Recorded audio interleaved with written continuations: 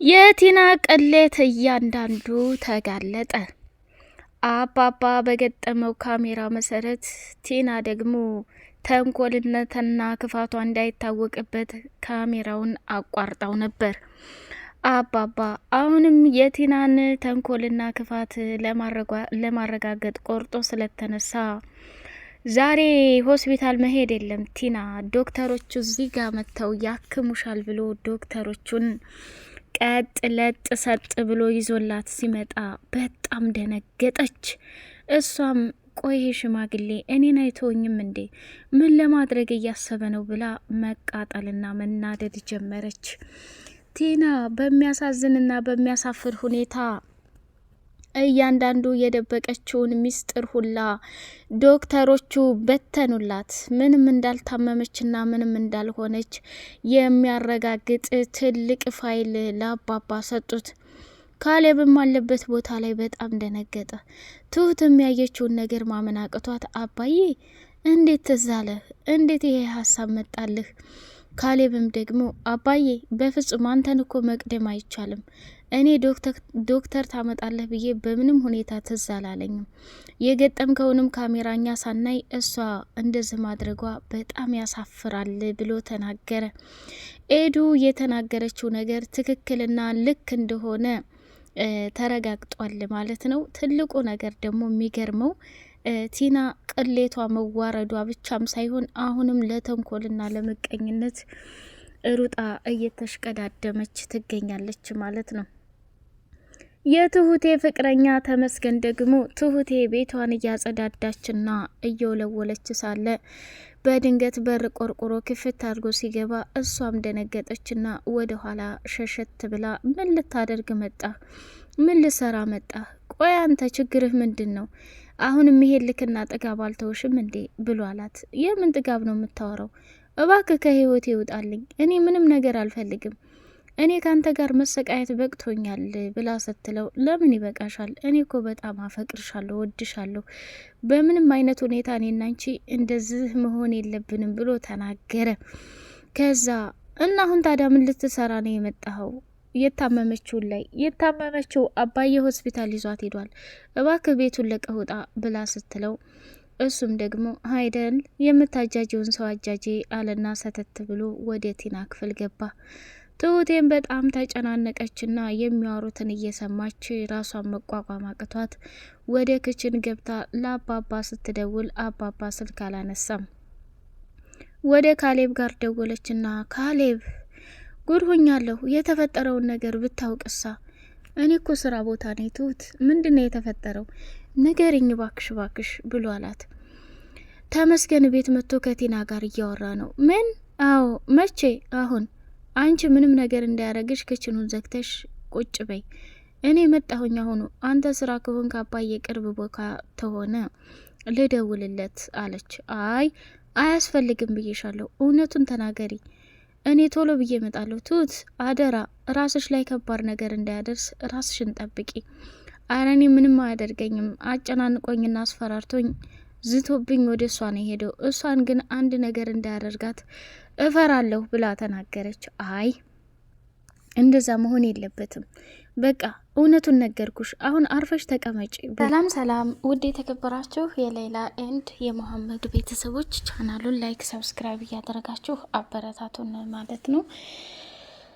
የትሁቴ ጉድ እንግዲህ በመጨረሻ ለቲና እያሽቃበጠችና ምግብ እየሰጠች እንዲሁም መድኃኒቷን እየሰጠቻት ነበርና ቲና ደግሞ ውሸቷንና እያስመሰለች መሆኑ ተጋለጠ። እሱም ምንድነው? ቲና ትሁት የሰጠቻትን መድኃኒት አፏ ላይ ጭምር አድርጋ ሳትወስደው በእጇ ጨብጣ ስታያት አንቺ ተንኮለኛ እርኩስ፣ ምን አባሽ እያረግሽ ነው? በእጅሽ ያሽው ነገር ምንድን ነው ብላ እጇን ፈልቅቃ ስታየው መድኃኒቱን አልወሰደችውም። መጨረሻ ላይ ይሄን ቅሌትና ውርደትሽን ዛሬ ለቤተሰብ ሁላ እበትነዋለሁ ብላ አስፈራራቻት። ትሁት መጨረሻ ላይ አንገቷን ሴት አደረገችና ብዙ ጊዜ እቅድ አቅዳለሁ፣ እቅዶችን ሁሉ ገደል እያስገባሽብኛለሽው አንቺ ተንኮለኛ፣ እህትሽንና የእህትሽን ልጅ እንደምደፋቸው እወቂ ብላ ስትል ምን እህቴን ደግሞ በየት አባሽ አወቅሻት? እንዴት እንደዚህ ልታደርጊ ትችላለሽ? ብላ ቀወጠችው። ከዛ አረን ያላቃትም በጭራሽ እንዴት ሊሆን ይችላል እያለች መፎከር ጀመረች። መጨረሻ ላይ እንግዲህ ትሁቴን ፈራችና ስራዋን ከጨራረሰች በኋላ ወደ ክችን ጎርደደድ እያለች አባባ መጣና ትሁቴ የተፈጠረ ነገር አለ እንዴ? ይሄ ነቀርሳ እኛ ያለንበት መጥቶ አስፈራራሽ አይደል? ከቲና ጋር ስንት ሰዓት አወራ? 10 ደቂቃ ይሆናል አባዬ። እሱም ቶሎ አልቆየ። እኔንም አስፈራርቶኝ ከዚህ ቦታ ላይ ነው የወጣው። እንግዲህ የትሁቴ ፍቅረኛ ምንድን ነው ያላት? አንቺ እሾህ፣ እኔ መቼም ቢሆን መቼም በቀጣይ ስመጣ እውነቱን ልንገርሽ፣ አንቺን ሳሊዝ ከዚህ ከቤት አልወጣም አላት። እባክህ ተመስገን፣ ከህይወቴ ይውጣልኝ፣ እኔ ካንተ ጋር ከመሆን ሞትን እመርጣለሁ ብላ ስትለው፣ እኔ ደግሞ ከአንቺ ጋር ካልሆንኩ እውነቱን ስነግርሽ ዛሬም ነገም ነው የምልሽ ሬሳሽን ታቀፌ ብኖር ይሻለኛል ከአንቺ ተለይቼ ከምኖር ብሎ ሲላት በጣም ተገረመችና ቢላዋ አንስታ ልትወጋው ስትል እሱም እየበረረና እየሳቀ ከዛ ቦታ ላይ ወጣ።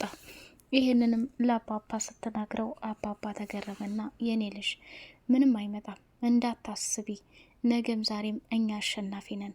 አሁን እንደዚህ ያደረጉትን ሰዎች በሙሉ የእጃቸውን እንሰጣቸዋለን ብሎ አባባ ተናገረ። አባባ ወደ ውጮቹ ዶክተሮችን አናገረና ዛሬ ቴናን እንዲያክሙለትና እንዲመረምሩት ሲነግራቸው እሻሉ። ዶክተሮቹም ሰተት ብለው ወደ አባባ ቤት ሲመጡ ለቲና ምርመራ ሊደረግላት መሆኑን ሲነግራት ደንግጣ ሽንቷን ለቀቀችው። ከዛ እንዴ አባ የምትለው ግራ ገባትና መወራጨት ጀመረች። ዶክተሮቹም ሰተት ብለው ሲመረምሯት ምንም ነገር በሽታ የሚባል ነገር እንደሌለ ሚስጥሯን በተኑባት። አባባም መጀመሪያ ላይ እውነቴን ነው ምልሽ ቲና፣ ካሜራ ቤት የገጠምኩት ከአንቺ ውጭ ማንም ይሄን ነገር ሊያደርገው የቻለ የለም። አሁንም ቢሆን አንላቀቅም፣ የእጅሽን ነው ምሰጥሽ። ሲቀጥል ደግሞ ዋናውና ትልቁ ነገር ሰው እንዴት በጤናው ላይ ይሄንን ያሟርታል? አሁን አንቺ ሰው ነሽ። ይሄ በሽታ አንቺ ላይ ቢደርስብሽ ምን ያህል ክብደቱን ትረጃለሽ?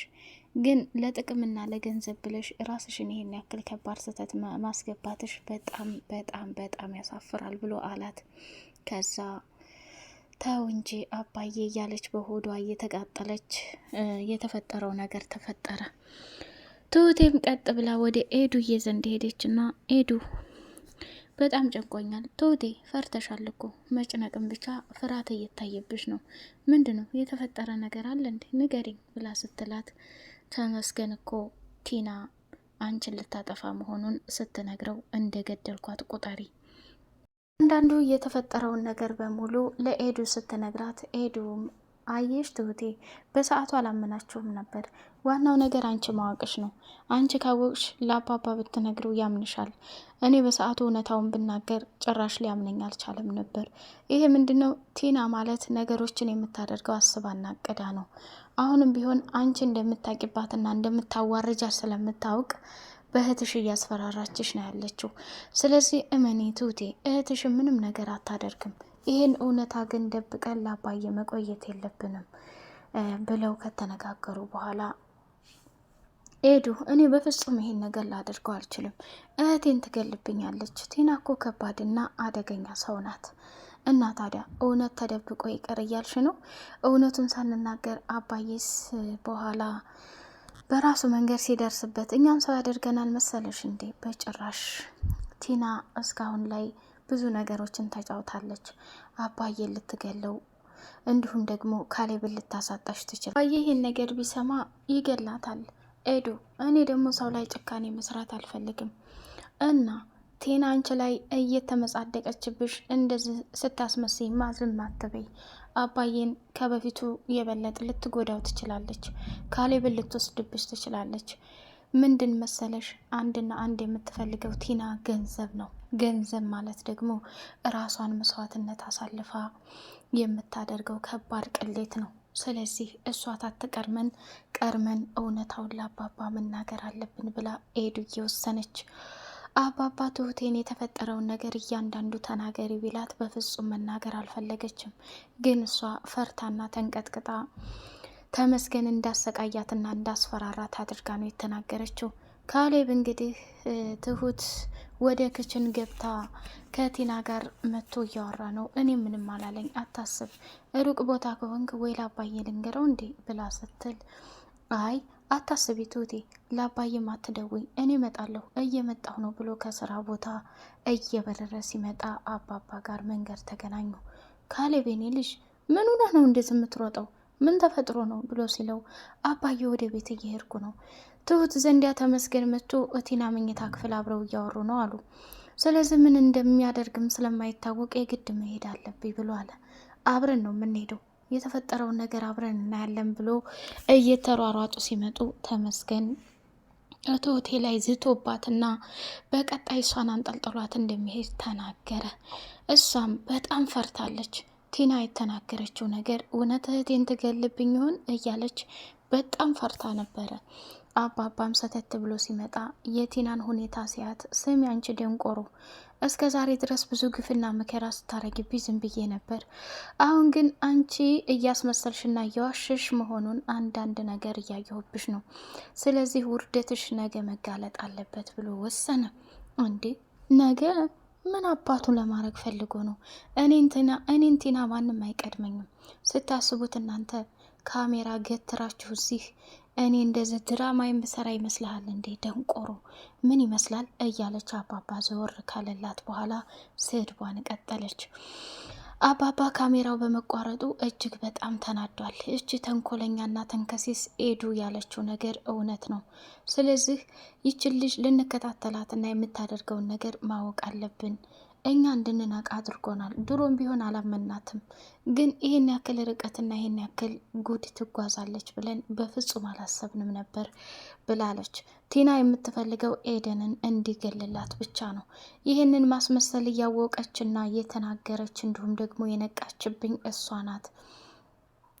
እንዲሁም ደግሞ ካሌብንና ትሁትን ለማጣመር አንድ ላይ ለማቀራረብ ብዙ ነገር እያደረገች ያለችው ኤደን ናት። ኤደን የሁለታችንም ጠላት ናት። እሷን ማስወገድ ያለብህ ብላ ስትለው፣ አውቃለሁ ቲና ብዙ አትርከሚ አላት። እንዴ እያወክ ታዲያ እንዴ ዝም ትላለህ?